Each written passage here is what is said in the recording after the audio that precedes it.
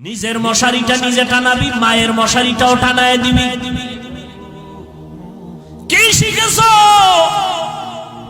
মা বাবার বরদোয়াই পেয়েছো, আর কিছুই না। তোর কপাল বড় খারাপ।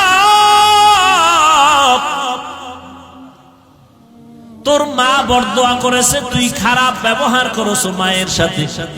মা বলছে মোবাইলটা বন্ধ কর, শোনা মাত্র মায়ের গালি দিছে। ওই মা কিছু কয় নাই, গোপনে চোখের পানি ছেড়ে কান্না করেছে। এই কারণে আজকে তুই হাজারো বয়ান শুনছো, মোনাজাতে চোখে পানি নাই। মা বাবার অভিশাপ লাগছে তোর কপালে। শিক্ষকের সাথে বেয়াদবি করছো, অভিশাপ লাগছে তোর কপালে। মরার আগে লেখা রাখ, তওবা যদি না করো তো তওবা কিন্তু আল্লাহর কাছে করলে হবে না। খুব খবরদার, সাবধান। এই কথা জানো, মনে নেই, আবার স্মরণ করায় দিই। বান্দার হক বান্দা মাফ না করলে আল্লাহ করবেন না, এটা আল্লাহর ওয়াদা। মায়ের সাথে বেয়াদবি করলে মা আগে মাফ করলে আল্লাহ করবে না, আল্লাহ করবে না। শিক্ষকের সাথে বেয়াদবি করেছো, শিক্ষক যতদিন ক্ষমা না দিবে আল্লাহ দিবেন না, আল্লাহ পাকের ওয়াদা। সাবধান, বড় বড় চালাকরা রাস্তায় ল্যাংটা পাগল হয়ে ঘুরে। বেয়াদবির পরিণাম ফল খারাপ। মরার আগেই বিছানায় পঙ্গু হয়ে যাবি, কান্না করেও আর কিনারা পাবি না। ও যুবক, ভালো করে বুঝো। ছোট ভাই জিজ্ঞাসা করে, বড় ভাই তুমি বিবাহ করো না কেন? আমি তো বাচ্চার বাবা হয়ে গেছি। মনে আছে না? করছে তাহলে একটা জাতের মাইয়া লাগবে, সুন্দরী রূপসী, ডানা কাটা পরি। কি ডানা কাটা পরি মানে কি? তোর ঘরে আইয়েই ডানা কাটবে, তোর মায়ের ডা কাটবে, তোর বাবার ডা কাটবে, শেষে তোর ডা কাটটা রাস্তার ফকির বানায় বলবে আমি হিজরত করলাম। ছোট ভাই খোঁজ খবর নিয়ে খেয়াল করেন, মোনাজাত দিয়ে দিন।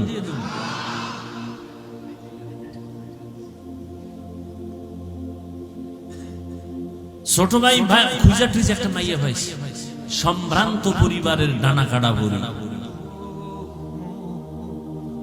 এবার বলে, বড় ভাই জাতের মাইয়া পাইছি, লেখাপড়ার কমতি নাই, সার্টিফিকেট সব ফার্স্ট ক্লাস ফার্স্ট, সুন্দরী রূপসী, হাজারে এক খান, ডানা কাটা ভরি। খবর টবর শুই না, বড় ভাই কয় মইরা যামু, এই মাইয়া বিয়া করমু না। এই খুব খেয়াল করো বাবা, খুব একটা কঠিন ঘটনা আমি টানতেছি। ঘটনাটার সত্যতা আজকে বাসায় গিয়া মোবাইল থেকে যাচাই করবা, গুগলে নামটা বলবো একেবারে শেষে। এবার বড় ভাই বললেই মাইয়া আমি বিবাহ করব না। ছোট ভাই বলে, তাহলে তুমি কি চাও? তোমার কপালে বিয়া নাই।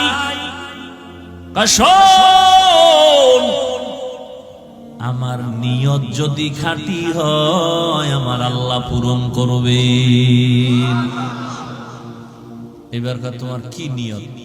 আমি এমন একটা মাইয়া চাই যেই মেয়ে আমার ডান হাতটা ধইরা আমাকে জান্নাতে ঢুকাইয়া দিবে। তুমি কোন মাইয়া চাও? চাওয়ার আগেই ভাইয়া লাইছে সব অনলাইন। কি অনলাইনে এখন বাজার পাওয়া যায়, চাউল পাওয়া যায়, পোশাক পাওয়া যায়, তার বাদ রাখবি কি? ওটাও পাইছো বোনাস। তবে রেডি থাক, কপালে বিয়া তো নাই। 99% তোর কপালে বিয়া নেই, 1% থাকতে পারে, তবে বউ পাবি না, পাবি জল্লাদ। এক জল্লাদ জুতা দিয়া তোরে বাইরে এরপরে টের পাওয়া দিবে চারি মাইয়ার ইজ্জত নষ্টের জাল কেমন। চারি মাইয়ার ইজ্জত খাইছো না, এক মাইয়া হিসাব মজা বুঝাই দিবে, কত ধানে কত চাল টের পাবে। লিখেরা দলিল চাও? দলিল আছে কোরআনের আয়াত। সময় নেই আমার ওদিকে ঢোকা, আমি ঘটনাটা শুনেইতেছি। পর্দার আড়ালের আম্মা জানেরা ভালো করে শুনেন, ও বোনেরা শুনেন, আপনার মতো কত মা এখনো এলাকায় আছে 5 বেলার নামাজ পড়ে, স্বামীর মাল হেফাজত করে, সন্তানগুলোকে মানুষ বানাবার মেহনত করে, নাই? ও আম্মা জানেরা একটু নিজে নিজে ভাবেন, আপনি কেন পারবেন না?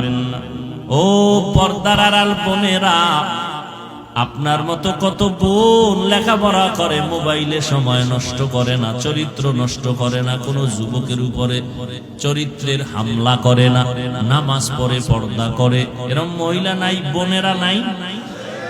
ও বোনেরা, আপনি কেন পারবেন না? ও যুবক, জীবনে মাদ্রাসায় পড়ে নাই, স্কুলে পড়ে, কলেজে পড়ে, চাকরি করে, ব্যবসা করে, RAB, army, police, BDR, doctor, professor, engineer, OC, DC SP, মাদ্রাসায় জীবনেও যায় নাই, জেনারেল লাইনে থাকিয়া আজও 5 ওয়াক্ত নামাজ পড়ে আছে। বাস আমাকে হুজুর বাদ দাও, তোমারে জুতার বাড়ি দিতে তোমার লাইনের নামাজই যথেষ্ট, আমাকে হুজুর লাগবে না। আল্লাহ বলবে, বেঈমান, তোর লাইনে থাইকা চাকরিজীবী নামাজ পড়লো, তুই পারলি না কেন? তোর লাইনে থাইকা যুবক নদীর মধ্যে মাছ ধরছে, নামাজ ছাড়ে নাই, তুই কেন পারলি না? জমিনে কাজ করিয়াও নামাজ ছাড়ে নাই, বল তুই কেন নামাজ পড়ো নাই?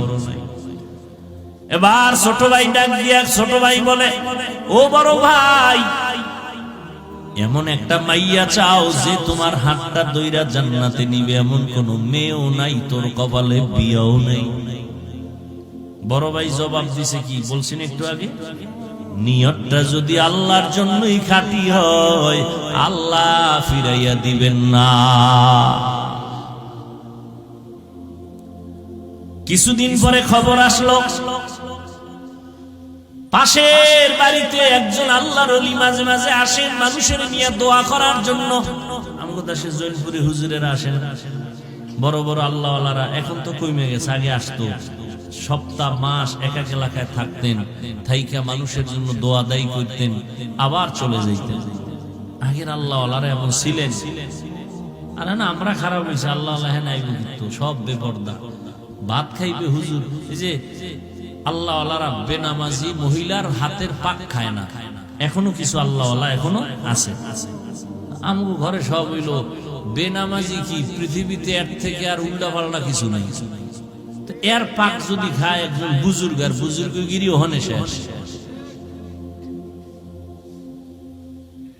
কয়জনে বুকে হাত দিয়ে বলতে পারবেন আপনার স্ত্রী পর্দা সহকারে, অজু সহকারে রান্না করে আপনার ঘরে খানা পাকায়?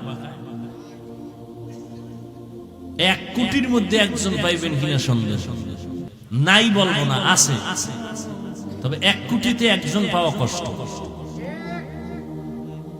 অথচ আপনি তো মনে করতেছেন আপনি ভিআইপি প্যাকেজের হাজি, পিসাবের মুরিদ, তাবলিগওয়ালা।